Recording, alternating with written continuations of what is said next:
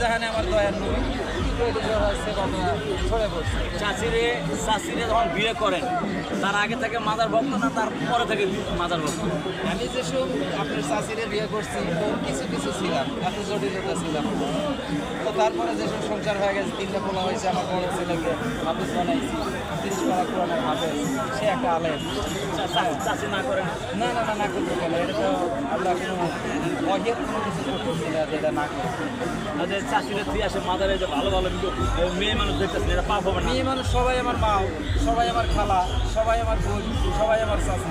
এই দৃষ্টিতে সবার দেখে? এই দৃষ্টিতে আমি সবাই দেখি, যেখানে যেদিকে যাচ্ছি আমার মাও আছে, আমার খালা আছে, আমার বউ আছে, আমার বোন আছে, এটা সব আছে। আমার বউটা আমি বাড়িতে রেখে আসি। তাহলে ওদেরকে কোন দৃষ্টিতে দেখলে পাপ? হ্যাঁ, কোন দৃষ্টিতে দেখলে পাপ? এটা আপনি তো বোঝেন কিছু, আপনি তো ভাত মাছ খান, 2 টাকা কম দিলে আপনি তো বোঝেন। আপনি ভাঙে দেন?